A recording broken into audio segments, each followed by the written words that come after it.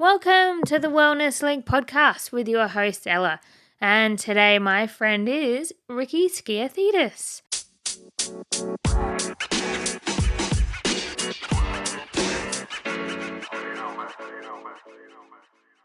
So I met Ricky back when I was thinking about doing CrossFit, and he taught me the basics of Olympic lifting, and honestly, he was such a great coach.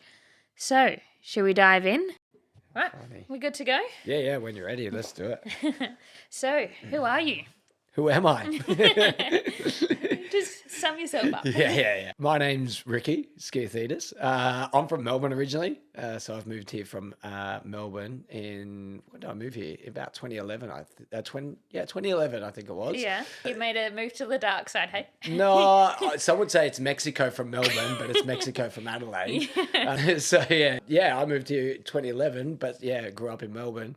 I migrated here, I suppose, right. because I was in the military and this is where I was posted. So I was posted out the RAF base. I was going to say you didn't just move for the good coffee. No, but I stayed for the good coffee. So that's what made me stay. But I better not say that because my wife will kill me because I stayed for her. I've been in the fitness industry for a long time. I think I started in 2005 actually. It wasn't even a 20. Oh, well, there is a 20 in there, but there's a 200 in there too. So 2005 I started in the industry, and then I've owned a gym. I've been in the military. I used to be a forklift driver. I've done a lot of things. I'm a stepdad. I'm a dad. Yeah, so there's a few things going on there. So what's your earliest memory of being fit? Yeah, I was looking at this question. Look, I've always been not fit without knowing it, but I've always been around some form of fitness. Yeah. Whether that's sport, whether that's actually training in the gym. Mm-hmm. I suppose the fittest I've probably felt was when, I reckon I was about 18 or 19 and I just was drinking a lot, as we do. That seems to be like the common occurrence. Everybody I've interviewed, mainly a male, who was fit, and they're like, we were fit and we were drinking. Yeah, that's right. So I always grew up playing football at AFL. Yeah. Did you play that from like primary school age? I played that. I started playing when I was like 5. Yeah. And like I was playing like grade football like when I was 5. So I didn't play like Oz kick or anything like that. Yeah. Went straight I started playing like under 9s and whatnot. Yeah. Because I don't even think Oz kick was a thing when I was growing up. It sort of was. So I've always grown up playing that, and then started the gym when I was probably about 16 or so. Yeah. Or maybe a bit later actually, not till I was about 18. But yeah, I started drinking obviously when you're 16, 17, but I always relied on my talent, I suppose, as a footy player, and thought, maybe, I will play AFL. And obviously being a pipe dream, that would have been great, and maybe a bit richer now. But I think it was around sort of 1920 when I really started to go, you know what, I'm actually pretty heavy and I'm pretty sloppy. And I think it was pretty known around the club that I was, let myself go a little bit around my local footy club. Yeah. And then I really sort of became pretty conscious about myself, being my body conscious as well. Because I've always grown up with sort of some body conscious issues. And then, I, really just started working on myself and my fitness, and probably got to around my fittest around that sort of 2021, and then just sort of continued from there. And was that when you joined the army as well? No, I actually didn't join until I was like 26. Oh, wow. Yeah, so 20-ish was really the start of my fitness journey, because that's when I started in the fitness industry. Because I started going to the gym and everything, I was like, you know what, I like this. This is cool. And I knew a mate from like the local leisure centre gym where I used to go. And I was like, how do I do your job?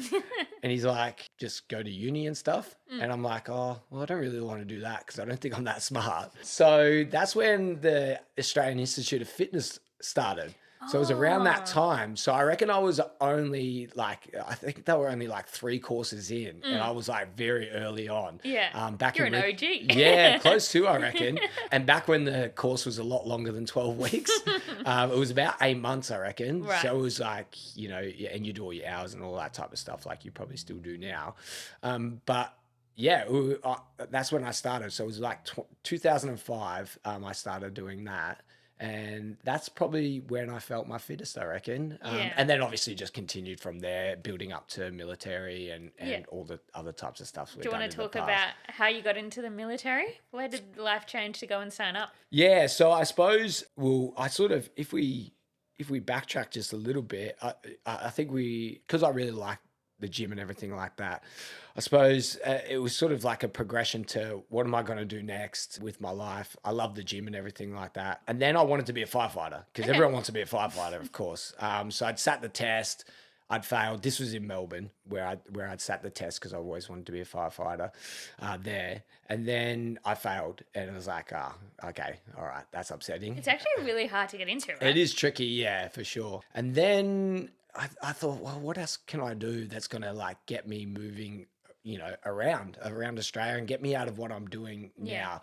I feel like I got to a point in my life where, not that I was spiraling out of control, but I felt like I just wasn't, As in you didn't focused or purpose. have you didn't in have the life. direction that you would have thought you would have been on by then. Yeah, that's right. So Yeah. I sort of, I really loved being a personal trainer, and like being in the fitness industry is great, but I was like, I need to change. Yeah.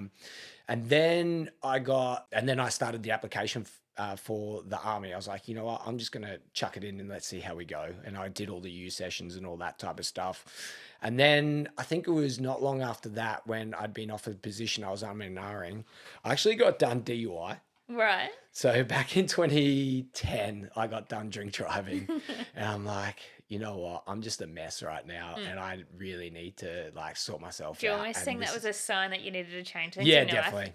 Yeah, 100%. And I was like, this opportunity's here, and I got to go and take it. I got to Yeah. go and I've always, like, back then I felt like no one really took me seriously. Yeah. I've always, like, I was personal training and all that, and I felt like I was, being a leader, but I also felt like I was a bit of a fake and a phony. Yeah. Because I didn't really feel like I achieved too much in my life at that point. Like, I was 25 and I'm like, yeah, I've played footy, my entire life. I'm personal training, which is great, and I love it. I love the people that I work with and Yeah.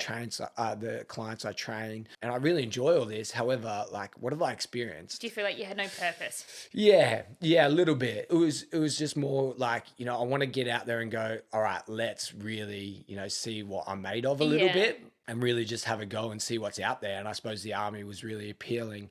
And then obviously once I got DUI, it was really appealing after that. Yeah. So yeah, I took on, I accepted and went through the process, and then I enlisted in 2011, March 2011, a couple of weeks after my birthday. Yeah. So I turned 26, and then, went off to Kapuka and did all my training. And then after my training, so it was 3 months at Kapuka, which is your basic training. So Yep. everyone does their basic training. And then you go off to your IETs, which is your initial deployment training. And for me, I was an infantry soldier. So just shoot them up and pretty simple sort of job. Yep. Just see, shoot, crawl, and sleep in the dirt. Yeah. So that was basically. Did you enjoy that? I loved it. Yeah. Yeah. So I think joining the military really changed me as a person. I think because of the things that I did just really opened my mind and, just my perspective on life. Yeah. And what's really like what I'm really grateful for and everything like that. Because, when you go overseas and all that type of stuff, and you're in places where you don't really want to be, but you're grateful for the things Do you back feel home like and wherever.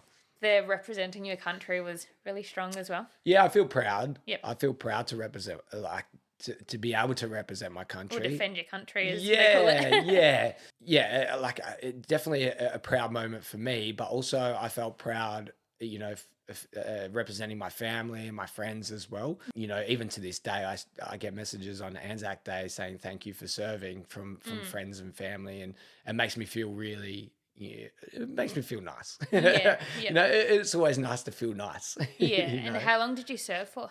I did 4 years. Okay. So my initial contract is 4 years in the job role that I was doing. So I suppose I sort of got to 4 years, and once the 4 years that were up, a lot of my mates were leaving and a new bunch of people were coming in. And I was just like, yeah, I suppose sometimes you know when it's time to move on. Yeah. And I felt like it was my time to move on. And you were about 30 then? Yeah, I was turning 30, just before. And I did everything I sort of wanted to do while I was in the military. Yep. I deployed overseas. Oh, where'd you go? So I went to East Timor in 2013. So I was there over Christmas and New Year's. Yep. And then when we got back from East Timor, we were told, all right, you've got like a couple of weeks leave. So, go home, see your family, because then you're going to Darwin for 3 months and you're going to be MREs. So, ready to go overseas to Afghanistan. So got home for 2 weeks, come back to Adelaide. So I went back to Melbourne, come back to Adelaide, 3 months in Darwin. And then we went to Afghanistan. Yep. And we were there for just under 6 months. And the reason for that is because we'd already been away for 4.5 months in East Timor, and then spent 3 months in Darwin, and then spent 6 months in Afghanistan. So yeah, a long time away from family and friends. Yeah. How does it feel like being away for so long? As in, when you're away fighting, does it feel like it goes quick because you're there for a mission and you know what you're doing every day, kind of thing? Yeah, it can become a little bit like Groundhog Day here and there. Yeah. However, yeah, it sort of did go a bit quick, I suppose, looking back on it. But then again, everything goes quick when you look back on it. Yeah, that's right. Yeah. But yeah, you do somewhat get into a bit of a routine while you're over there. Yeah. You do still get downtime, like times at the gym and all that type of stuff. What kind of equipment do they take with them though? Or they have a setup there? Everything. Really? Yeah, they had like a full CrossFit gym and everything like that. Yep. We had basketball courts, like boxing bags and everything like that. Yeah, So right. for me, I wasn't doing too many weights. So I had hurt my back in East Timor really bad. So I had really bad disc bulges in my lower back, and I had really bad numbness down the side of my legs. So not that I was carried through my training in Darwin, but I definitely was not 100%. Yeah. And yeah, it was always on my mind that, oh, geez, if I don't get through this training, I'm not going to make it to a sort of goal of mine. And that's to be overseas and do my job, because that's what I'm doing at the end of the day. That was my job. Yeah. It was to fight overseas or be on operations. Yeah. And yeah, so I was really dealing with a really bad back. So I didn't do too much training myself. Yeah. I did the most, probably just buys and tries, but More of like a rehab kind of thing. a little bit. I was doing a lot of boxing then. Okay. Yeah, so I really loved and enjoyed boxing when I was quite younger. I was never really good at it, but I just really enjoyed the aspect and the discipline around boxing. Yep. And just like, being with other boxers in the gym, it was just, I just loved it. So I did that before I joined the military. I was doing a lot of boxing. And then, while I was in, it was just not an easy modality to train, but it was just that, I know what's good for me and what I can do with my limitations around my back. And that's what I did, especially when you're going on patrols and whatnot and you're carrying like, I think I weighed myself once with all my gear on. And I think at the time I was weighing like 80 kilos, but with all my gear on, I was like 115, 120 kilos. God. So that's like weapon, body armor, ammunition, It's like half water, your body weight in. pretty much. Like it was a lot of weight. And look, I'm probably exaggerating, probably 5 or 10, because we all do, of course. Yeah. Do you feel like you were strong though from that daily carrying everything? I think it was more just muscle memory and just repetition. Yeah. So because you were so ingrained within you from your training beforehand anyway, like, through our training, we were doing, 15, 20K, stomps with our packs on our back. And that was like 30 plus kilos in body armor and whatnot and weapons. So I suppose it was just ingrained in you that, you can carry this and this is what it was. Just part of the job and that's what you have That's to do. right. And it's not like we carried it for hours and hours on end. Yes, Okay. we had it on like the whole time when we were out doing patrols, but it was always in vehicles. We Yeah. were out walking, doing this and that, but it was more just moving around Yeah. up and down here and there. That would really be annoying. So you're like the perfect person to go backpacking holiday because you could pack it up like Well, really it's just, easy. I don't know what it was, but while we were over in Afghan, I said to a mate, let's go and do Machu Picchu. And we did one of the trails there. So we came back and did like a little like trail walk or whatever. Well, I Yeah. wouldn't say little because tracking to Machu Picchu is not little. It was 5 days. But yeah, I feel like we flew through that and Yeah. we were waiting for everyone to catch up because we're just so used to it. Yeah, exactly. When you and- do that every day for like what you said while you're away. Yeah, but we did it almost for like 4 years, or at True. least 3 years anyway. Yeah. Ongoing. It was always PT in the mornings, do your job, and then just go from there. Yeah. I suppose. But yeah, What did you feel like you learned out of the army? Like, how do you feel like you changed, like you were saying before? yeah. I suppose, like I said, I looked at the world a lot differently. Okay. When you go to countries like the Middle East and East Timor, and countries like that where they're pretty much close to third world, not quite probably. I could be wrong in saying that. Yeah. But, what they value over there is much different to what we value here. Like when you see kids and all they want from you is a high five, smile, and a bottle of water. Crazy, hey? Because the bottled water that you have is clean. That's what they value. They Yeah. value clean water and a smile. Like, yeah, they value a lot of other things, of course, but just simple things like that we take for granted every day when we go to the tap in the kitchen and we've got a pure tap. Yeah. Okay, great. Like, Yeah, it's not that we're entitled to that or, we work towards that, great. But we are in a very privileged situation in this country where, Crazy, hey? having a pure tap is like, oh yeah, it's just an afterthought But even for us. like drinking water out the tap in Australia isn't that bad? That's right. Yeah, we can all drink water out of our taps over there. No, I agree. I know exactly what you're talking about. I went to India in, I think it was 2018, and the same thing. Like I came back from that month away, Yeah. and you appreciate the simple things That's so right. much more. Like just seeing how the kids are so happy playing in the street, Yeah, and yeah. just a quick like smile or wave to them. That's right, Or yeah. even just the adults. Yeah. Just a nice smile and wave to them, and you made their day. Oh, 100%. And like even just simple things that you talk about over there and interacting with others and yeah, it just made me really much more grateful for what I have here. Yeah. And it was definitely life-changing going to those countries, but also just being in the army in general and just all the values I instilled in myself and I suppose the hard times that I went through and the good times and the easy times and everything. I suppose just the whole sort of experience was just What I'm would you really say grateful to for. a kid these days looking to get into the army? I think I said to my cousin once, don't do it. You're crazy. But for me, I think, seeing what I've seen now, being in the military and the role that I'm doing now, Yep. I'm a strong believer in making sure you do something before you go into the army. So like yeah. So you've got something to fall back on. Okay. I just believe that our transition process out of the military is really difficult for a lot of people who have joined so young. So Okay. you think you've gone through school, you've gone through, primary school, high school, and the only places you've lived is with your parents. The army or the military will teach you how to iron your clothes and do your washing, right? Yeah. However, when you leave and you don't have a Medicare card and you don't even know how to set that up and you don't even know how to set up Centrelink and all this type of stuff, Yeah.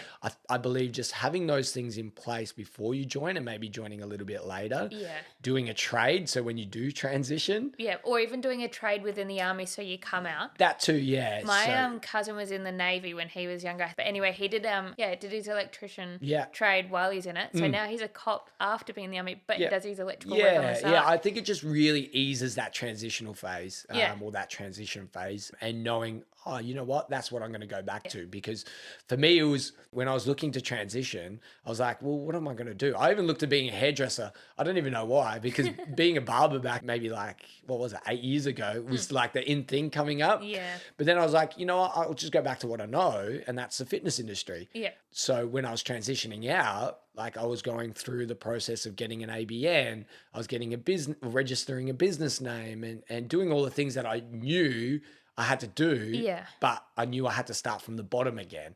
But I knew how to do that. So if you're entering the army and you've already got something behind you, transitioning out, you know the process. And then it's from there, all right, what's the next step? I know where I need to get to and how I can get there. So when I get there, what's the next step? Yeah. So for me, it was like, yeah, when I transition out, I got to start from the bottom again. So that's working on a gym floor again, you know, promoting myself with some personal training. Yeah, the fitness industry had evolved. However, it's, you know, I still knew the pathway to take me to where I needed to be. And that was to be in a position where I wanted to open a gym. And that's where we got to. So do you think, just going back to that, you think the army should more be like the police or something where you have to have a bit of life experience before you apply rather than going straight out of school? I believe so. Yeah. I believe that I like the gap year idea. Give them a taste, do a year. And I believe that a lot of people should be doing that just to have a taste and just have a go and then come out and go and do something. Get some life experience behind you because that I feel that will really ease the transition process at the end. Yeah. I know it's really looking downstream, but if we look at it, when we are downstream, we look upstream and we look at, all right, who are we enlisting? And we're enlisting really young people. Yeah. Then when we get to that transition, you feel phase, like the army isn't a fully sustainable career because of you push so hard for so long? No, I don't think so. I think it is a very good career. Yes. And many people have made great careers out of it. But yeah, I do get your hard understanding. career. Yeah, military life is a hard life. It's something that you can It's a young really... person. A lot of people will say it's a young person's game. Yeah. Because you know, the biggest impact that the military has is on families. And when you're being moved around the country, and lucky for me, I didn't have a family at the time. So I didn't have to move around the country with a family and enroll them in schools and stuff like that. So I could only imagine how tricky that was for those people that were, you know, in that situation. You know, for someone like myself, I just sort of had to worry about myself. It's just a hard one to say, like to say a career over 50 years. Like it's great over 10 or 5 or 10 like you did. But it's kind of like almost being like an elite athlete, and the army is similar. It's good while you're... Has its shelf life, I suppose. Yeah, exactly. But then you've always got to have something to go on to after. Yeah, I think so. And like I said, it always comes back to that transition process and you know, what am I going to do life after the military, I suppose. Interesting. So it's always, I feel like, you know, having something there that you can fall back onto and go, I went and you know, go into the military and do whatever. And then you go to come out and, this is what I'm going to do now and go on from that. I feel like and then you can change from there, whatever. There's something not like really spoken about or only has been spoken about, that afterlife in the last couple of years. Yeah, they're really starting to change it as best as they can. It's a slow process. The military's been around forever. So it's going to be a slow process and a slow transition for the transition, I suppose, if that makes sense. And they're always going to be learning and evolving. So but it does come down to who's enlisting at the end of the day and when they're enlisting and what skills they have when they're enlisting. You know, if you're enlisting with no skills, the military will equip you with all these skills, but are they transferable to the, you know, civilian world, I suppose, when we look at it? We can transition into roles like, you know, the emergency services, most likely being police. That's very common, right? Yes. And then other defense jobs, because I suppose defense will give you a security clearance, and that's a really high sort of thing on your resume to have. Right. So jobs like down on the submarines that we've got, you know, or had in Adelaide do. No, we do. We still got them. We still got that big project. And then other companies around that really look for veterans with that, you know, clearance. And their skill set as well. And their skill sets, So, but, you know, there's so many ex-military people doing great things in the civilian world, that's for sure. Yeah, interesting, hey? Yeah, definitely.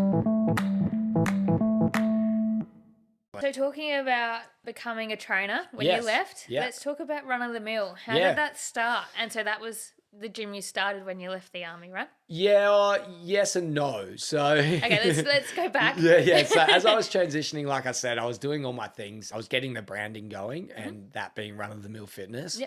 How did the name come around? It's so catchy. I know. I was literally just in the car, just driving, and I was like because I was at the RAF base and I was living in North Haven. So the drive to North Haven and the RAF base was about half an hour or so.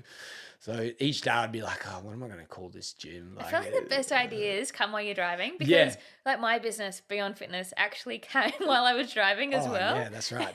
Turn the radio off and just have a think. Literally. Yeah. Don't drift off too much, No. but just enough to Yeah. just to be able to have a good think and, Yeah. and get some mindfulness going. But yeah, literally I was just driving and I was like, oh, what's sort of catchy? What's got like a really, like, what's got a meaning behind it? And I know, like, you know, run of the mill. Oh, it's just that run of the mill thing. Yeah. And I know it means average. That's fine. Yeah. Because it's just, you know, I don't want to say the people that joined run of the mill were average, but it is just average people doing really cool things. Like we're, you know, and that's what we wanted to achieve. We wanted to, you know, have everyday people just, you know, go and. I think it comes back to that community thing again. Yeah. But that's also, similar kind of vibe, because I was like, well, my fitness like boot camp kind of setup is more than that, because half of my members are over the age of 55, 60. So it's their reason to get out of bed in the morning. Yeah. They don't have partners anymore, or they just, you know, divorced or single. And it's their reason to get out of bed in the morning to come to train. But then they go to coffee together as well. Yes, And it's like... And that's what you want. That's why it became Beyond, because we're more than just the classes. Just fitness. Yeah. And that's exactly the same as run of the mill. You know, it wasn't my like full goal to like train athletes and all this stuff. I just wanted to train everyone. Like, you know, if you want to, you know, do CrossFit comps and all this type of stuff, great, we'll push you towards that. However, like that's not the main focus of what we're doing. It is just, you know, average people doing extraordinary things. Is that why you didn't go into like an affiliate kind of thing with CrossFit too? Yeah, I suppose. I always. Yeah, it's not that I didn't I enjoy CrossFit, like it was great, but I always just didn't want to pigeonhole myself as just CrossFit. I always liked different modalities of fitness. Like, you know, my next fitness journey out of the military was actually started with zoo training, which is all body weight fitness. So like that's where, you know, that all started to evolve and my fitness journey evolved. And I'd seen, you know, over like since 2005, you know, there's been like lots of evolution in fitness, and the sometimes full circle. But yeah, like back when I started, it was all like Les Mills. Now it's like totally changed. And that's just been the evolution of fitness and will be for the next, you know, forever. ever. So when I started back in the industry, it was like, I was really enjoyed zoo training, like body weight fitness. And I really got around that. I was training, CrossFit. I was training CrossFit back like in the early days. Before it was even before the CrossFit. military, before I even knew it was called CrossFit. Like I was doing Cindy like every second day without even knowing it was called Cindy. I was just like, oh, this is a cool workout. And the 300 workout, I'd do that every Friday. And this was like 2009. CrossFit was only like very early coming on, and very early days. days. Yeah, I was literally doing those workouts weekly with weight vests. Like I just have a weight vest because for a period of time I didn't have my license because of DUI, obviously. But like I'd ride my bike to the gym because I was working at the gym, and I'd do Cindy, and then I'd leave my bike there and I'd run home with my weight vest on, still from how I'd done Cindy and trained clients. So like that was my mindset back then going into the military. So for all the people who aren't into CrossFit, what's Cindy the workout? So it's 20-minute hammer 5 pull-ups, 10 push-ups, and 15 squats. Yeah, that's a good one. But I would always, because I didn't know kipping, I didn't know what kipping was. So I was doing strict pull-ups, and but I was always alternating between pull-ups and chin-ups. So that might have been cheating, but I don't know. Yeah, I don't care. Who cares back then? No one was. You had your own. I didn't have any judges. You were the OG CrossFitter. Of Australia. Before you people like James Newbury came along. Look out, Rob Ford. But yeah, like I didn't even know it was called CrossFit. I was just doing these workouts because I was like, you know what, looks tough, and I'll just give it a crack, and then just continue to do that. And then obviously, CrossFit evolved from there over those years, and people in the military, it was well within the military that people were doing CrossFit. Yeah. And I was like, oh, I was doing that like years ago. Like, you're only catching up now? No, I'm just kidding. You're a trendsetter. What can we say? That's right. Yeah, finally. Finally. So I suppose back to being affiliate, it was, Yeah, I suppose again, I just didn't want to just, I suppose, go down that lane. I Yeah. wanted to stay in my own lane and do my own thing, even though, we were very influenced by CrossFit, I Yeah. suppose. I wouldn't say we were predominantly CrossFit. I would just say we were influenced by Yeah. CrossFit. And so when did Run of the Mill start? Yeah, so like I said, I was training just out of gyms. I started just at a local gym. It was actually called Vibe Fitness over at Parafield Gardens. I was Yeah? doing some PT out of there, and then I was working on the gym floor at the fitness hub at the Yes. Adelaide Uni. I used to work there. Yeah, Yeah. good. So I was working there in 2015. Okay, So I was there, or maybe 2016, 17. Yeah, And right. then I think I left 2018. yeah, Yeah. so good, Yeah. so good. Working with Kwame. Yes. Yeah. He's I was supposed like to the be on size of his thigh, but that's fine. He used to like put me on the leg press and make me Yes. could do like, so it was like do 10 reps at one weight, then he would like stack on 20 kilos on Yeah. each side, then it was like do another 10 reps, and then he would just keep loading, Yeah. and then it was up until your max that he would just keep going, like keep loading until you literally couldn't push anymore, like I reckon it was 10 reps. And then anyway, as soon as you couldn't start pushing anymore, he'd go to 5 reps. Yes. And then all of a sudden you'd have to deload, and then he'd just like whip them all off, and he's like, just push until you can't push anymore. And then no joke, you'd get off, and then you literally would walk around. Well, you couldn't walk. No, like, you'd roll and and crawl around or roll I or was- do whatever oh, you could, but my slug around for a quads- bit. I think that was probably, my quads were the biggest back then when I was training with Well, him. look, I'm not surprised because if you look at his quads, they're like twice Yeah. the size of just me. I just remember that. Oh, that was the greatest leg press machine Yes, ever. that's so good. I remember from then, I was training like so many PT clients. I used to put so many people through that pain. Yes, I So love this that. is the Kwame workout. Yeah. I love that. Yeah, so I worked at the fitness hub for like a couple of years. So I used to work there. I used to work at their weight campus as well, which Yes, is like I did that too. little gym. Oh, Under the I was so quiet there. I was like, yeah, it was so good though. It was good It's fun. the 3-hour shift. You used to literally clean the place and then be done. Yeah, that's right. But I suppose that come back to me in my mindset going, I know where I need to start from. And that's not saying that that's the bottom, Yep. but it is sort of the bottom of the tree when we're looking at it. Yep. But at the same time, it's the base. Like so many people just want to be here. Like, I know you guys can't see that, but they want to be at the top. Yeah. And they want to start from the top and go, I want to, go above everything else, what's going on. Yeah. But they miss so many more steps before that. And that's building that base. And it just comes back to our fitness. Yeah. Like if we're not building that base, but we want to do all these sexy movements, Yeah. well, you're just going to injure yourself and you're Yeah. going to burn out and whatnot. And that's what people are finding But I in the also PT think- industry, I feel. You're the same thing, the base, but also base knowledge as a trainer. That's right, You've got to yeah. have that base knowledge and work up Yeah. in your knowledge to be able to train Oh, yeah, for people sure. to get to that level That's as right. well. Yeah, and it's also being humbled by the experience Yeah. and going through the industry. Like, an apprentice starts from the bottom. Yeah. They go and grab the coffees, they go and, wheel Yeah. the wheelbarrows and do everything They're that not showed the on the boss tools. doesn't do. Yeah. But you start from the bottom, and that's how the fitness industry should be. Yeah. Just because you've got this amazing body doesn't make you the best trainer in the world. No. Um, Actually, when I was learning my Cert 4, there was this guy who we had for a couple of sessions come in and teach us. He was the biggest man you've ever met. And he was honestly the best trainer. Yeah. He was like an Olympic weightlifting coach and all this stuff. And you would look Yeah. at him, if you saw him in like the supermarket up the street, you'd Yeah. be like, that guy probably has an office job doing nothing, Yeah, yeah, right? yeah. But he But was yeah, he's so elite. intelligent and such an amazing trainer. Yeah. So I 100% agree. Yeah. You can't judge a trainer by what they look Well, like. that's right. And I think, it comes back to that not every athlete is going to be a good coach either. Correct.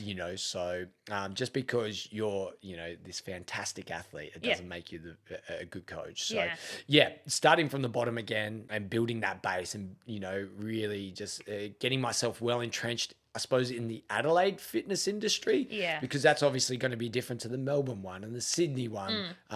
Melbourne and Sydney are probably more evolved, but I think you just got Just more quite- money to put but into yeah, it. and there's more people. True, yeah. However, it was just getting entrenched in Adelaide again and getting to know people. Yeah. Working at the fitness hub was great because I got to know people, and like we just spoke about, Kwame, like well regarded in the Adelaide fitness community, if not Australia and the world. Yeah. So it was just getting involved in the industry, training and meeting people.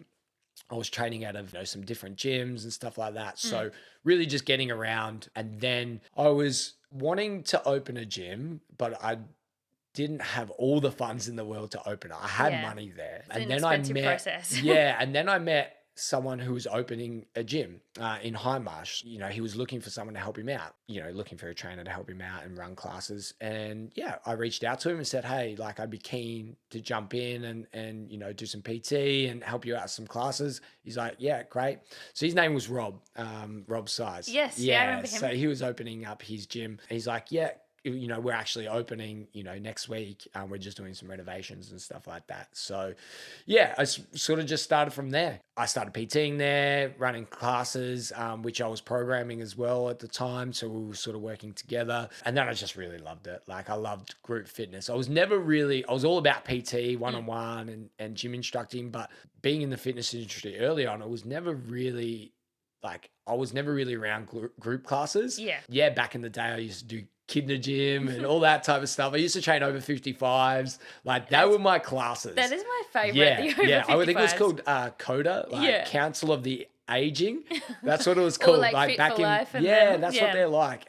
But that was like again, that was so humbling because I just talk to them the whole time and get to know about their lives. So good. And you just learn so much out of and you learn so much about them, which helps you train them. Yeah. I used to teach like an over 55 class on like a Friday lunchtime and it was so good. We'd play bicep curling and I'm just like, imagine the weight to a plate with a piece of cake on it that you're giving it to your mouth. But I had them in stitches that they were like getting an ab workout while training their arms. That's so good. It's so good. I love that. So yeah, so it sort of just went from there. And then we got to a point where I felt like, we could really take the gym to the next level. Yep. So I was like PTing out of the gym, running my own like little brand there, Run of the Mill Fitness. The gym was called Size Fitness at the time. Yep.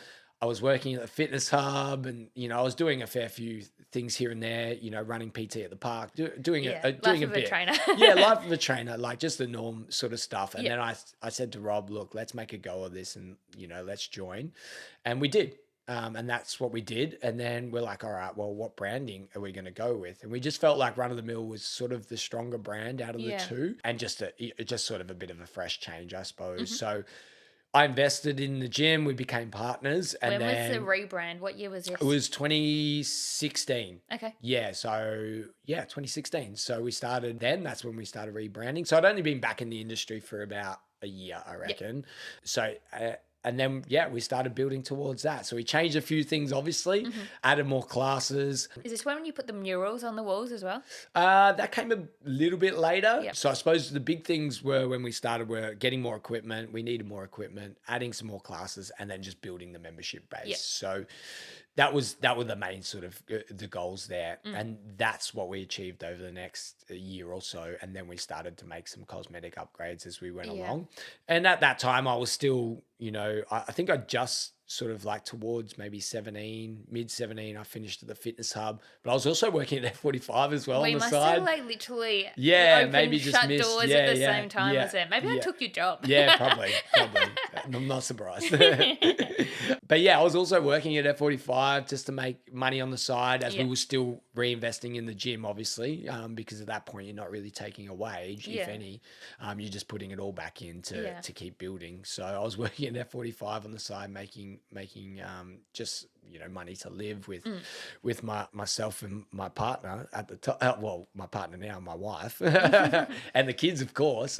So and then it just started to evolve from there. I suppose we were doing a few different modalities of training, including zoo and anchor. Yes, CrossFit, strength and conditioning. So we're really sort of a well-rounded gym. And our program was, it sort of evolved over time as well. So we added lots of different things in. Especially being in such a inner city, you were in such a good location as well. Yeah. And then, I think we got to the end of 2017 around that, or sort of mid-ish. And Rob and I were just sort of not going down the right path, same pathways. So, it just happens. I reckon we met probably mid 2016 because I was training my Cert 4 with a girl who knew Rob, and some reason I came to your gym something to do with, maybe it was like the Herbalife thing. Oh, yeah. And then I think that's when we met. Yeah, Yeah. probably. Yeah, probably. So around yeah, I then, remember that kind of time when you were set up together. Yeah. And it was great. Like we were running some really cool stuff. I remember seeing it. I was like, this is a sick, I think we did setup. some really cool like open nights and stuff like that where we had Dave Tabane down, pal. I don't know if you remember him, but yeah, he'd popped in and we did some challenges here and there. And yeah, it was really cool. And then obviously once Rob and I had split and went down separate pathways, then I needed more trainers and stuff like that. So we sort of just continued to evolve from there. Yeah. And then the next few years were, they were great. You know, we were competing in CrossFit competitions and being up there and just really enjoying gym and community and everything like that, I suppose. What a vibe. Yeah, I know. You honestly had such a vibe gym that I always thought that like if I lived closer, I'd like wish that was my gym to go and train up, but it just like never worked out where I was like living and working and training. But no, I appreciate that. It was always like the Instagrammable gym of Adelaide. Oh, thank you. I really appreciate that. And it's nice to hear, you know, great feedback from what we had achieved. And you know, I suppose moving forward in probably this podcast, because we'll talk about it, but I'm really proud of what I achieved second round in the fitness industry. But, you know, maybe there'll be a third round. Who knows? Yeah. Selling the gym, how did you come to the idea of that? Oh, look, if we're talking about, you know, things that change the momentum of your trajectory. Yeah. And back in the day, that being me, you know, going on my fitness journey, as we spoke about, starting in the fitness industry and then again changing the trajectory to going into the military. I suppose COVID was that next sort of, you know, hit, you know, in that trajectory.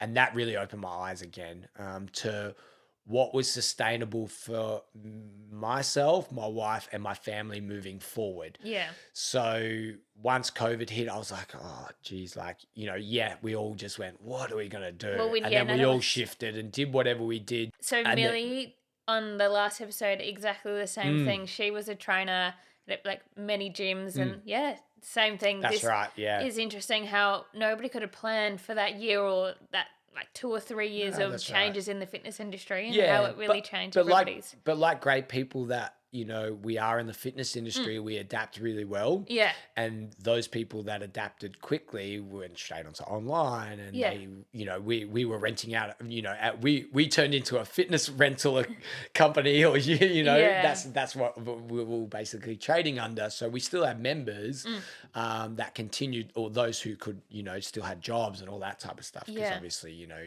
things went quite south quite quickly. But looking back now, we're like, oh, maybe we should really need to do that.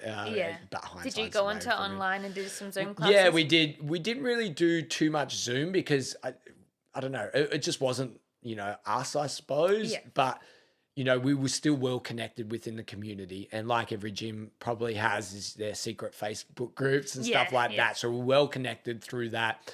Everyone had equipment from the gym. We just like had different packages, like, you know, here's a strength package, here's your fitness package, like and stuff like that. So smart. And then we just programmed, you know, I just programmed 4 different programs or whatever, like body weight, a strength one and whatnot, to suit all the different packages. Yeah. And then we sort of just went from there. Obviously I had a lot more time on my hands, but at the same time we had kids at home too that were going through school still. Yeah. Like we had, our eldest one was doing year 12, which is, you know, it's so crazy because, you know, year 12 is supposed to be the best time of your life. Yeah, almost. It was the same. I was in my final year of university. Yeah. And so it's supposed to be like the greatest time. Like, I'm in my last year, I'm pumped. Like, I've just done the hard yards. Yeah. And then COVID hit. And you know what? Like, you know, you're stuck on Zoom classes and all that. But again, I suppose that takes us back to the military where it's like, you know, we've got to be grateful we can still do this stuff, you know, because some people just can't. So we changed to that, and we didn't do too many Zoom classes. We did a few here and there, but not heaps. But we did similar. Yeah, we literally maybe did 2 or 3 a week just to keep everybody like together and communicating. It was a time where I actually rebranded from Step Into Life to be on because they had just gone under. So similar. I just didn't charge anyone. I was like, I'm going to run them so we'll all just stay together and talk. And then as soon as we can get back out into the park, we'll be there. Yeah, that's right. Yeah. And I think the only thing I was sort of doing was like in the morning I'd film a warm up. Okay. So like I'd just post that on our community group, Yep. and it was just me. Like I'd introduce the class, like, hey guys, like today, I'm going to take you through your warm up today. So then they saw someone, and then we'd spread it out through the coaches. So it was like, Leo's turn next, and then Maddie's, and then Jake's turn. So they'd all still see our faces and doing that. So we just made a bit of fun with it. Back to the human connection though. That's right. Yeah. And that was the big thing. And I suppose through that period, mindfulness was a big thing. Moving was a big thing because we didn't want to, just be stagnant in our houses. Yeah. And then connecting as well was a huge part of that. Yeah. And making sure we were reaching out to each other and absolutely reaching as many people as we could. Yeah. Not just giving each other toilet rolls. But No, that's right. Yeah, that's right. So, but it made me think, all right, well, if this isn't sustainable and this can just happen like that, what's something, that I can do to change, I suppose, or not foolproof, a new career, but like what's the next pathway for me? So I suppose that implanted the idea of me transitioning out of the gym at some stage. Yep. So I actually jumped online. I was like, oh, what can I do? And then I found the military academy or academic pathway program. So it's called MAP. Yep. Because the military like to what is it? Anagram everything or shorten everything. So I did that, and that was like, I think that was like a month course, and it was all online. So basically that course got me into uni. Oh. Yeah, so it was like a free course, like a free pathway into university studies. So I got into health science at Flinders. And then from there, I was like, because I wanted to be a paramedic, or it's a goal of mine to be a paramedic. Yep. So when I was back to the military, I was a combat first aider. So we'd done like a lot of advanced trauma courses. You would have seen a lot as well, right? Yeah. So like, dropping IV lines in and administering morphine, like I knew how to do all that. Like that was just, we were doing that on a regular basis through those courses. So that really spiked my interest in that field. And then when COVID hit and I was doing like working out, I'm like, oh, that's a really cool, like a really good job. So I thought, you know what, let's see if I can get there. And yeah, I did. And I did like through 21. Was it 21? Yeah, 21. I did a year of paramedicine while running the gym. We had our little one. So I was studying, running a gym, and we had a newborn plus 3 kids. My wife works shift work, and I was doing PT at home as well. Garage, and would say so we had a lot going dream. on. So that's when I started studying and stuff like that. And some would say you were living the dream. Yeah, something like that. Yeah. You've been running the garage setup for a while, because I was training with you 2019, just before I went to Europe. Just before COVID. Yeah, that's right. Yeah. So I suppose, again, it was just like, you want a garage gym just to go out there and do whatever. Yeah. And then, obviously COVID hit. I'm like, oh, lucky I set this up. Yeah, your garage gym actually inspired my garage gym. Oh, yes. How good. I'll show you it after. Yeah. Awesome. Yeah, cool. And the garage gym's obviously evolved since I've closed the gym and added a few pieces. Bigger now? Yeah. It was always so good though. Yeah, with what you had. I love it. So that sort of just kickstarted that next or implanted that idea that at some stage I will end up selling the gym and moving on from that. And so it was this year you sold the gym? Yeah, so it was this year in June that I sold the gym. And no, I'm not a paramedic. Not yet. Not yet. So I did put my studies on hold. That 21 year was crazy. Mentally, it was really fatiguing. I got to a point at the end of the year where I was like, I'd failed one subject, and I think that just really clicked in my mind that, what, I'm really just spreading myself so thin at the moment between everything that I need to take a year off, because if I want to close the gym, I need to put it in the right position to be, sellable, I suppose, because I didn't want to just close it. I wanted someone to take it over and go, because what is there is like it's amazing, like it's almost magical. Like I know it's like we said, Disney Pixar, but it was magical. Like it was great. Like, and I wanted that back there again, and I wanted to get it to a point where someone could take it and go, let's make it that place again. So I put my studies on hold and then went back into putting everything into the gym again because everything had sort of fallen a bit. Obviously, my priorities had changed. Yep. And then I went, nah, we've got to put more back into the gym and do this. I did that for about 6 months.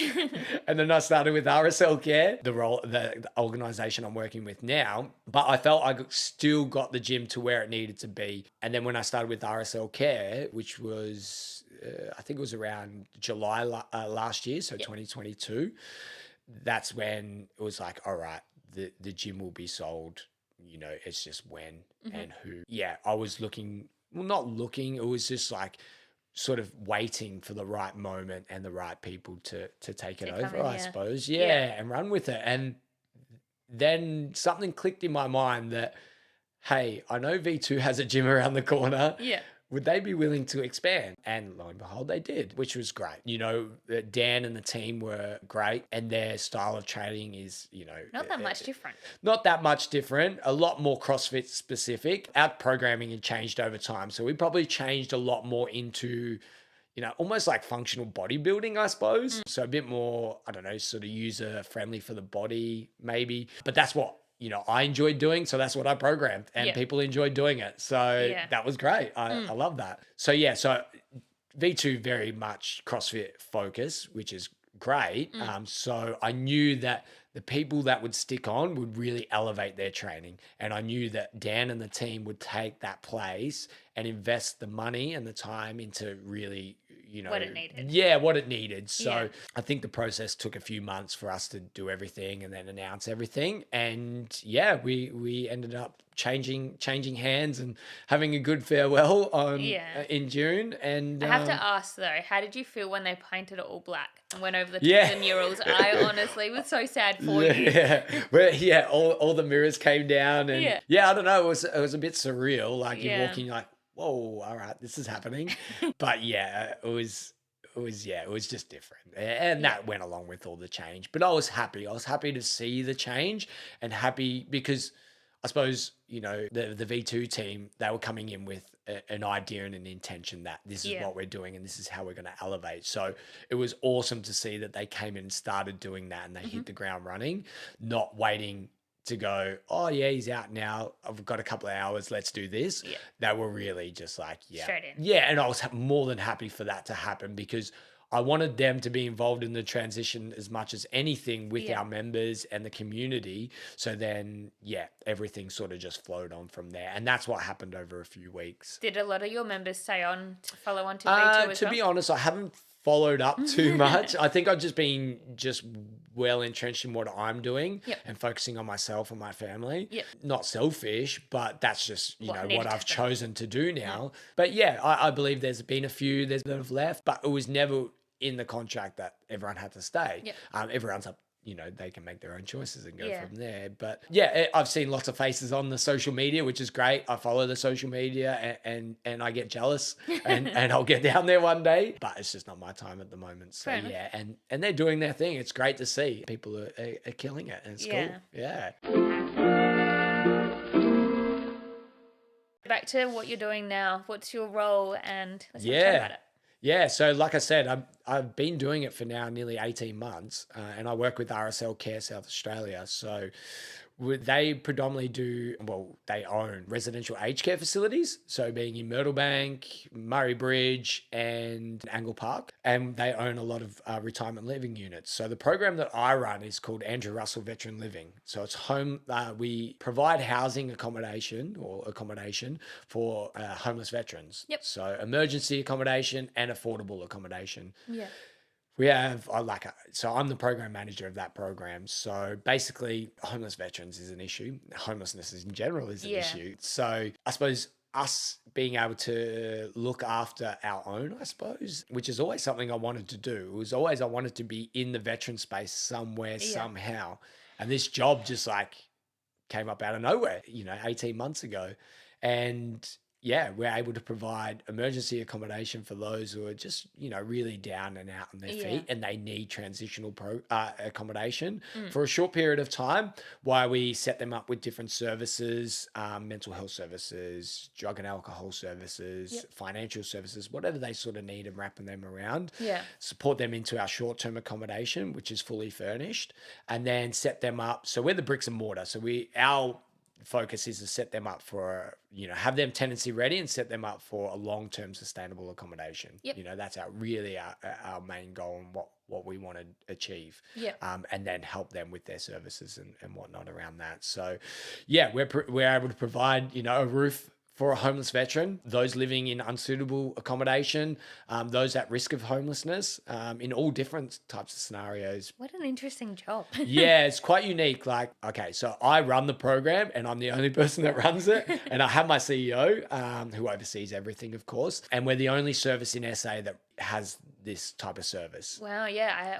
Was going to say, I haven't really heard anything No, like this before. Yeah, and I've said that to people, like people who have said, "Oh, I didn't even know that was a thing." It's like, well, have you been looking for it? No. Yeah, yeah. So if you're not looking for it, you're not going to find that's it. true. And then it's like, people who will be like, "Oh, I didn't even know that existed." Well, you haven't been looking for it because you haven't needed to, but Yeah. it's there. And all these services are there when you need to look for them. Yeah. And that's why we exist. There was a gap and that gap needed to be filled. And that's what we've done. Yeah. The program started back in 2015. And then the units we bought over in Sturt, which are our emergency accommodation units, so 10 units over there, were purchased in 2016. And we've had 200 veterans sleep under our roofs. Wow. And we've had up to or just under 23,000 nights of accommodation. So we're really proud of that. That's crazy good. Really proud that we're able to provide that for Yep. for veterans and homeless in general. And like I said, everyone comes from different walks of life. So Everybody has a story. they do, yeah, for sure. So, so the average age we have is around sort of that 49-ish, so left or right of that. Yep. Predominantly males, and that's not just because there's, no homeless females out there, but if we look at the military in general, there's more males in the Yeah. military than there is females. So Yeah. yeah. Yeah, that's so interesting. It's pretty crazy. So Yeah. the thing with homeless veterans is we're not like a state issue either. We're a federal issue or Yes. a national issue because veterans are Australia-wide, like, there's a veteran in every state. So, yeah, there's different organizations doing their own thing in different states that we collaborate with Okay. and we work with as well. Yeah. So, Queensland have the Salvation Army, New South Wales has RSL Life Care, and then you've got Victoria who has VASI RSL, Yeah. and they're building a V Centre, which they're calling it. All different models because, different ways of living in different states, of course. Yes, yeah, of course. And they're going to deal with different issues. Definitely some similar issues, but yeah, every case is unique. Yeah. And our main goal is, like I said, to get them into long-term sustainable housing. Yeah. Yeah. God, such a quality job, that knowing that you're making such a difference on people's lives. Yeah, people are like, is it rewarding? And yes, it is. It is. And like we spoke about earlier, the main goal in the fitness industry and all these industries here is helping people. Yeah. I suppose I'm just a veteran helping other veterans. And I find that rewarding. Yeah. I find that, we're getting them into, housing and everything, but I'm doing what I'm meant to be doing, and that's still helping people, Yeah. and guiding people. And there's a lot that goes into the role. It's not just housing. I got to make sure I've got a thick skin with a lot of things. Yeah, that's just the top of the hills of housing. And then, and if we look at what makes up a homeless veteran or homelessness in general, there's a lot of mental health issues in there. So dealing with a lot of mental health. that was actually going to be my next question: is what is the yeah. importance on fitness on mental health? Yeah, huge, obviously. Yeah, like when you walk down to someone's room or unit and, the blinds are drawn and you're withdrawn and isolating yourself Yeah. from the world, putting up those blinds can make a big difference. Even just direct sunlight makes a big difference. Yeah. But fitness in general over the years for me, it hasn't always just been a release, I suppose. It's always been something I've just enjoyed doing. It's never been just a chore. Yeah. But yeah, definitely, mental health wise, it has been, definitely a priority to get it done, along with a lot of other things, I suppose. Yeah. Do you encourage like the veterans that you look after to go out for like a walk Yeah. or get moving as well? Yeah, definitely. Yeah, for sure. We're so close to the beach as well, so it's like Perfect. just get down for a walk along the beach, Yeah. and it doesn't have to be the hardest session in the world or anything in general. It could just be as simple as like we said, a walk. But yeah, definitely trying to encourage them to do something other than sitting on their hands and just waiting for something to come to them. Yeah. Because nothing's going to be achieved that way, Yeah, and exactly. your mental health is just going to keep declining if you're not working on those things and what you can control. I suppose it comes down to what you can and can't control. If you can't control that this is happening, well, don't put all your effort into it. Put your effort into what you can control, and that is getting out and going for more walk, or it could be as simple as just doing something in the unit while you're there. But yeah, do something that you can control. Yeah. Control the controllables. Yeah, well, yeah, I suppose that's the most famous saying, Yeah. other than run of the mill. Oh, so good. Let's go on to the 5 tips for new trainers, since we were kind of going on about that. So if you could you kind of gave tips for the army. Now let's go back to the trainers. Got tips for everyone. That's the point of a podcast, right? Yeah, hopefully. I suppose for me, my 5 tips: invest in people. Yep. Just invest in, when you're there and you're training someone, invest in that person. Like, put your phone away. Like, don't be that trainer who sits on their phone while you're training someone. Yeah. Invest in that person because they're investing in you. And I suppose that leads me to my next one, which is focus on what you're doing and, who you're training. Yeah. They're paying good quality money for you and your your guidance and your leadership and everything like that. So make sure you're focusing all your energy on that person, not what's going on in your phone and what distractions you have in your life. Because we all talk about these masks that we wear and all these things. Be vulnerable at times, but focus all your energy on that person, and get a good understanding of that person. Again, make it fun and purposeful. Have some fun in there, fun workouts and all that type of stuff, but obviously have a purpose to it. Don't just go out with the idea that I'm just going to smash this person. Don't do the Kwame leg press. Don't do but do it. Shout out to Kwame. But I suppose for me, with programming for so many years, we know we can smash people. It's not hard to smash someone. But, we want to make sure that it's purposeful at the end of the day, and that we're training people for longevity and long term. So we don't want to just go, we're just going to smash you today, because you can smash someone. That's the easy part. It's just if they will return after the smash. Yeah, that's right. Yeah, and if you train with Kwame's leg session, maybe not. Know your shit. Don't just do something because you saw it on Instagram and just sort of that annoys me so much. Yeah, legit. The trainers saying that, especially a lot of Pilates people at the moment. Yeah. And they'll be like, I saw this amazing move on Instagram, and I was like, oh. Yeah, maybe try it first and then give it to the person. But just know your stuff. Like, don't just go make up anything and just be like, yeah, here you go. And then just, go from there. But just know your shit. And then the last one would just be patient. Be patient with business. Don't rush it. Like I said, when we were talking about, the fitness industry and where I started, be patient, build from the bottom, do the groundwork and then start to go from there. Be patient with your clients and understand your clients. I feel like, as a PT, and I've been a PT when I was single, and I've been a PT when I've been married and had kids and all this type of stuff. As a single PT, what do you mean you don't have time? Compared to a married PT with 4 kids, you haven't got time sometimes, okay?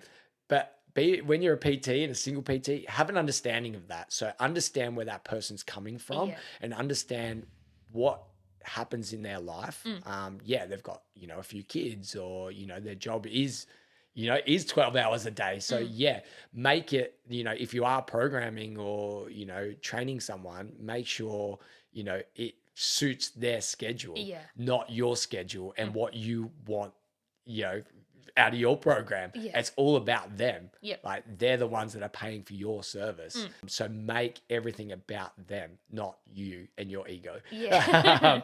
but just understand their needs and their background. Yeah. I feel like that's the biggest thing. Yeah, I think that's very applicable to a lot of things, those 5 tips that you gave as well, not so much also being a trainer, but like Yeah. taking those tips into life and business is, Yeah. very strong. Yeah, definitely. Name a sliding door moment in your life that's made you turn for left or right for a decision that is a pivotal moment. Or Yeah, time I in your suppose life. we've already spoken Yeah, I about a was gonna lot say, of which them. one Yeah, was I it? suppose we sort of just like, we sort of progressed through what we've been talking about. And there was those 3 moments in my life. Yeah. It was the moment where, well, the first moment, because when I left high school, finished year 12, I went straight into working in a transport company. Well, my whole year VCE, so it was called VCE in Melbourne. My whole VCE, I worked at a transport company. So I was driving forklifts, and I did that for a few years after leaving year 12. And that sliding door moment I had then was like, I can continue down doing this, but everyone here is toxic and it's negative and it's Yeah. not a good environment. Or I can go and do this PT course and try and change something. Yeah. And that's what I did. Then That was again, the first one? that was the first one. Then 5 years later, Yeah. I got done DUI. I can continue down this path, or I can join the military and really Yeah. change the trajectory. And then again, COVID, that sort of changed some trajectory there. And I suppose a few other things in there, not significant, but yeah, those 3 things really stood out Yeah. for me. So Absolutely. A couple of listener questions. yeah. The importance of being a dad and showing your kids that being fit is quality. Yeah, well, definitely. Yeah, I suppose it just always seeing you train, my wife and I, and seeing us in the gym or going out and getting sweaty and going for a run. It's just instilling, so many values in the children. Yeah. It's being goal driven. It's being well, not routine, but be routine, and getting something done and achieving something that's hard each day for us. But yeah, doing it in a way that's fun as well, and getting them involved. So it doesn't have to be just in the gym, riding bikes and, riding skateboards and running, having running races. At the moment, we're doing running races in the backyard with the little one, and everyone's getting involved. So our little one's nearly 3. Yeah. And then the oldest one's 21, and the youngest one of those is nearly 15. So they're getting involved in running races with her. So they're instilling fitness in her, and they're probably not even realizing it. Yeah. Crazy good, hey? Yeah, really good. Yeah, nice. The importance of Anzac Day for you. Yeah. Like for me, Anzac Day was always when I was younger, it was just a day off. Yeah. And that sounds sad. I think before I joined the military, it's not that I say phony, but I felt like, standing there having a 1 minute silence, I didn't know what to think about and all this type of stuff. I just didn't have any meaning or purpose behind Anzac Day for me. Yeah. I know that sounds selfish because I shouldn't be thinking that way, because it's not about me. It was about, the soldiers who were killed overseas on operations and all this type of stuff. But I felt like I was very selfish back then. And again, when I joined the military, life changed, obviously. And that's what I wanted it to do. That's why I joined. So for me now, it's a whole different thing. Yeah.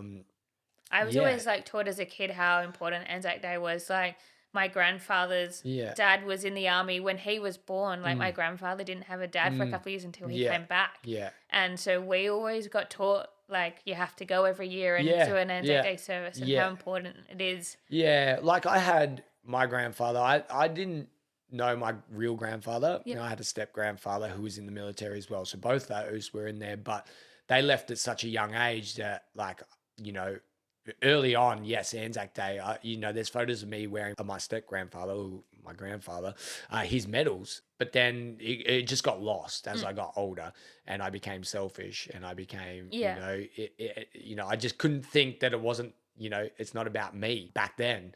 And then obviously it's changed over time. Obviously serving's been a big part of that. And now it's, it's no longer about me. It's about, others. Being in this role now, I'm fortunate enough to speak to a lot of veterans who are elderly. Yeah. I mentioned that RSL Care has residential aged care facilities. Like, I love speaking to the old I find it veterans. so interesting to speak to people like that. Some of their stories are incredible. Like, speaking to retired lieutenant colonels and all this type of stuff. Like, they've all led incredible lives, no matter what path they've taken.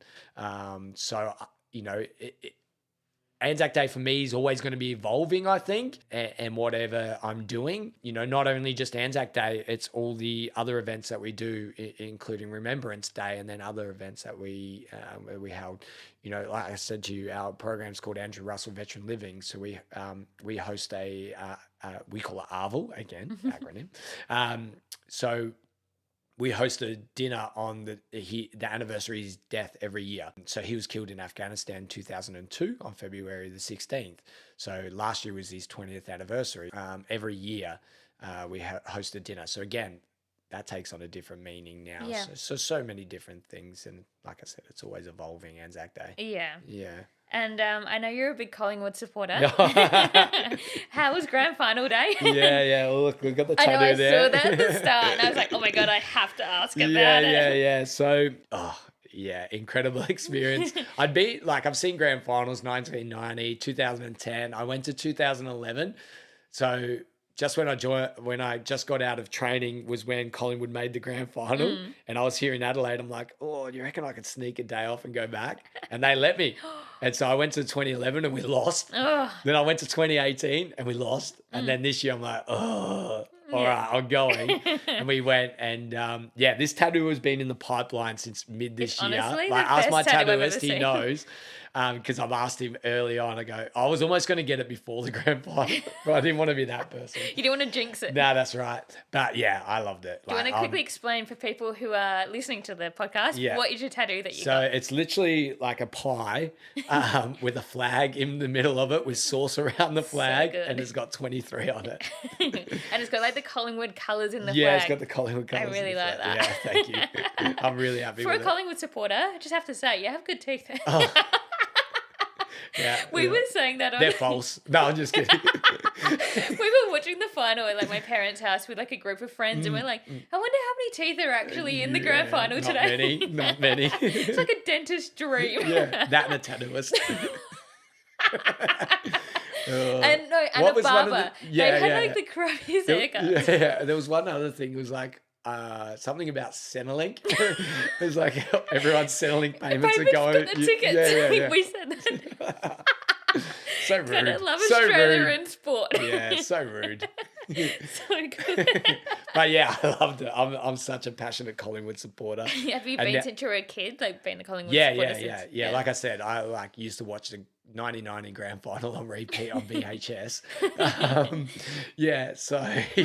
I love the Collingwood Footy Club. It's so funny. And now the little one loves it. Yeah. And I've switched the 14-year-old. She loves Collingwood. Her favourite player is Isaac Quaynor. Of she course. just loves him. Yeah. And slowly switching the wife over from the Good Crows. Job. No, not from the Crows. She can be a joint citizen of both. Yeah, all right, that's fine. What are you consuming at the moment, podcast, TV-wise, or books or TV shows? Oh, to be honest, I do listen to podcasts. I listen to your podcast. Oh, thank you. What do I listen to on podcasts? I listen to Two Doting Dads lately. Oh, yeah? Yeah, that's been cool. Yep. I've really enjoyed that. I listen to We Got the Chocolates. I don't know if you listen to that. I listen to some silly ones. They come up on my Instagram and TikTok all the time. Yeah. I listen to their funny shorts. Oh, I just love all their dad jokes. So they are good. Yeah, I'm a big UFC fan, so I like listening to a lot of UFC stuff. So I listen to just a lot of that stuff. Mm-hmm. TV shows. I was watching what is it? Welcome to Wrexham. I love that show. Yeah, so good. But I haven't really got into anything. Yeah, I really hope I feel like I don't have the time. No, to watch TV exactly because I'm too busy training. But they better bring back a season 3 of Welcome to Wrexham. Yeah, they are. That was they great. Are. Yeah. Books. I'm not reading any books, even though my goal at the start of the year was to read a book per thing. But get into audiobooks now. Yeah, Spotify. I have had a few audiobooks. The last one was The Happiest Man on Earth. Okay. That was such a good audio I've hit book. my I love like that. 15 hours of listening for this month. Oh, And so I have to no. like I'm halfway through Dylan. Oh, Dylan Dylan and Buckley? Yes, I'm Yeah, halfway yeah. through his book. Yeah, I was cool. like 2 chapters through, and it's like your 15 hours are up for the month. You're kidding. So no, I have to wait till December for it to I don't know if that's reset. sad or not. No, it's not sad. Well, I was It's trying good. to, like, I've been listening to them while I'm training Yeah, and at yeah, work yeah. at the moment. Oh, that's good, And eh? because so many podcasts are like finished for the season. Yeah, And yeah, so I yeah, got yeah, through true. like 3 in the last Really? month or so. And then they ended up being my recommendations for the podcast. So it was kind of like Okay. podcast research. Yeah, right. I think another book I read was like 100 of the best like side hustle ideas. It was so interesting though. So many Yeah. people are doing so many cool like Side side hustles hustles. Yeah. that aren't only OnlyFans. By who the are way, you? no, I'm just kidding. What's your hashtag on that? This What's is what your, I plug it. No, I'm just kidding. what's your feet photo? Oh, it's a good side hustle. Apparently it pays. Yeah, apparently. Who are you following on social media at the moment? I feel like I just mindlessly scroll. Yeah. And I don't really follow anyone. I met Dan Pronk the other day.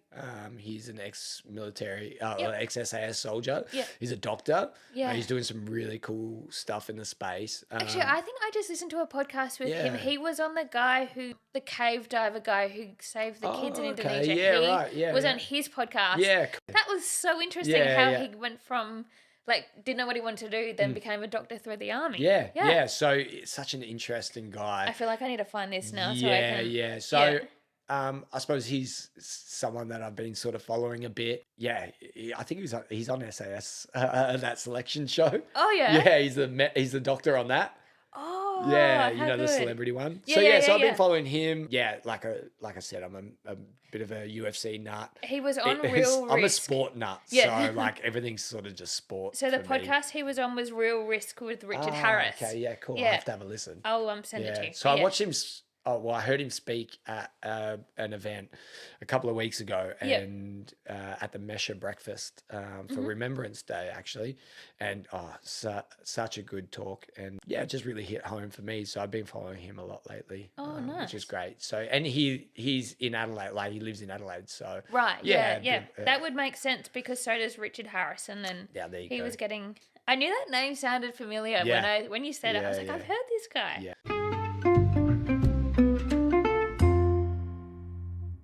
All right, my favorite time. 5 fast questions. Okay, so I have a list of questions numbered 1 to 20. You have to pick the number between 1 and 20, but it's the first thing that comes out of your mind. Okay, You literally just have to spit it out and not let her think about it. all right. All right, so your first number between 1 and 20, please. Well, I'm gonna go with my favorite number, 16. Okay, number 16. If you won the lottery, what's 3 things you're spending it on? Buying a house, going on holiday. They're all so superficial.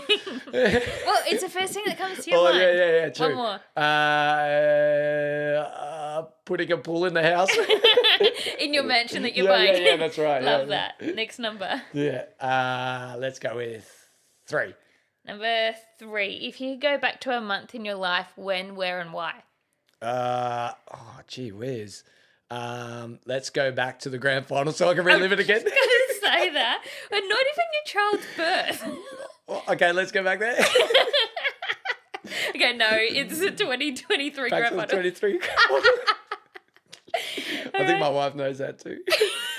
But let's go back to our wedding date, please. Okay. Let's go that. Yeah. When was the wedding? 2020 during COVID. So yeah, 2020 we got married. So. Do you remember the date? Or Yeah. So our wedding anniversary is coming up on the 4th of December. how good? So yeah, and we both got the day off.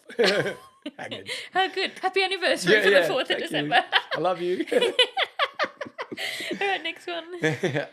Let's go with 12. Okay, number 12 is your favourite actor or actress and why? Just because I watched Barbie not long ago, so Margot Robbie. That's a good one. Yeah. Have you seen her in anything else? Just her as I Barbie. don't think I actually see her. Do you remember her in Neighbours like 20 years no, ago? I don't really. I kind of like remember Yeah, Patchy, right. but not really. Yeah, and it's a bit of a joke at home. That you like her. No, because we went to watch Barbie, and Yeah. my wife It's like you only want to watch it because of Margot Robbie. Yeah. Don't 99% of the males want to watch Barbie because of Margot Robbie. I went to see it with my like friend, and I was sitting next to this guy, and he had the worst laugh, and he would laugh at all like everything. He literally laughed every 2 seconds, so it ruined the movie for me. Oh, so now I have to go back and watch it properly. Yeah, right. Because I almost wanted to punch the guy next to me. Yes. All right. Next number one would be number 9. Okay, number 9 is your spirit animal. Probably just a sloth. Nice one. But I'm not really slothy, I suppose. So maybe I'm the opposite of a sloth, like a but I just cheetah. want to be a sloth. So yeah, let's go with that. Nice. And It's last a one. want. Let's go with number 20. Okay, number 20 is your biggest fear. Oh, yeah, this is a tough one. First thing that comes to your mind, though. You know what? I'm going to get a bit dark here. Yeah, go on. Death is my biggest fear. Yeah, right. Yeah, it is pretty crazy. Is it because you feel like you scraped close to it so many times in the army? Or?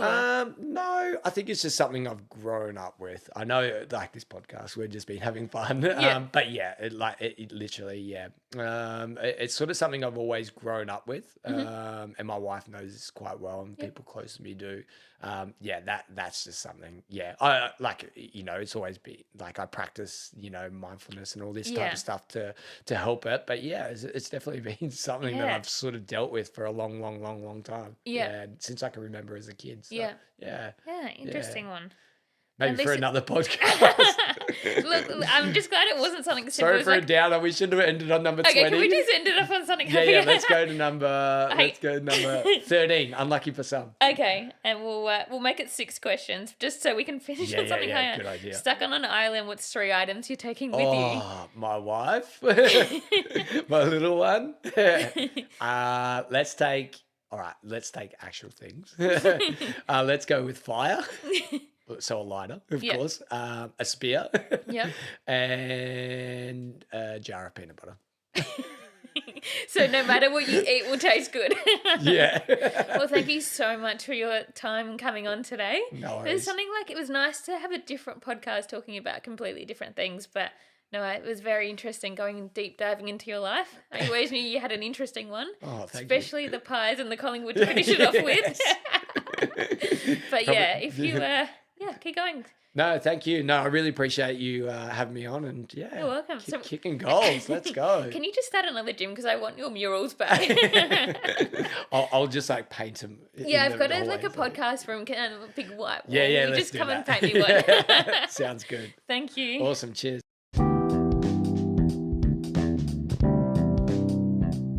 What an enlightening guy Ricky is, hey? That interview was quite insane how he went from being in the army to running one of Adelaide's best gyms, I'd have to say. So, it's interesting how life can lead you in all different directions, but you still comes back to the idea that he's helping people, and it really shows how that's his passion and still is in everything he does. So yeah, what a legend of a guy.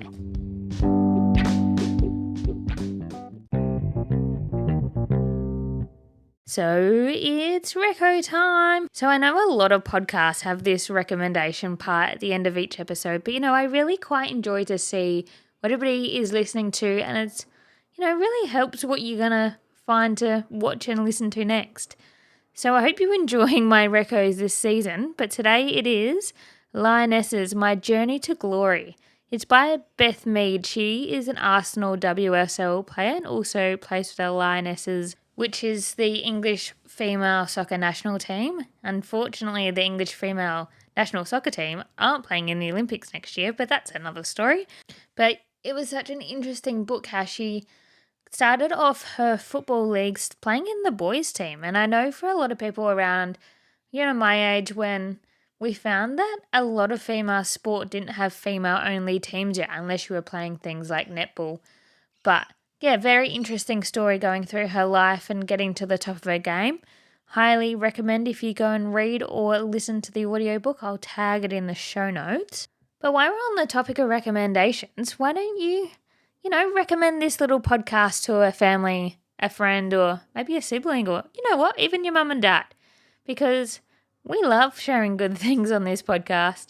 So please like, share and subscribe on Spotify, YouTube and Apple Podcasts because we love letting this little podcast grow. Oh, if you haven't noticed already, this is episode 20 and is the season final of season 1. God, it's been such a wild ride making this podcast, and thank you to all the guests and everybody who has helped put it together. The countless hours of, producing and editing this podcast, but it's, quite a little happy project that I'm loving doing on the side. So if you want to see more of it in the new year, keep listening. I can tell you now, episode 1 of season 2 is a ripper, and you will want to hear it. It will be out early Jan. And keep listening, guys. I'm glad if you've lasted this long through 20 episodes this season. That's much appreciated. So for the final time of season 1, have a wonderful rest of your day. Have the best week, and we'll see you next Wednesday. Bye.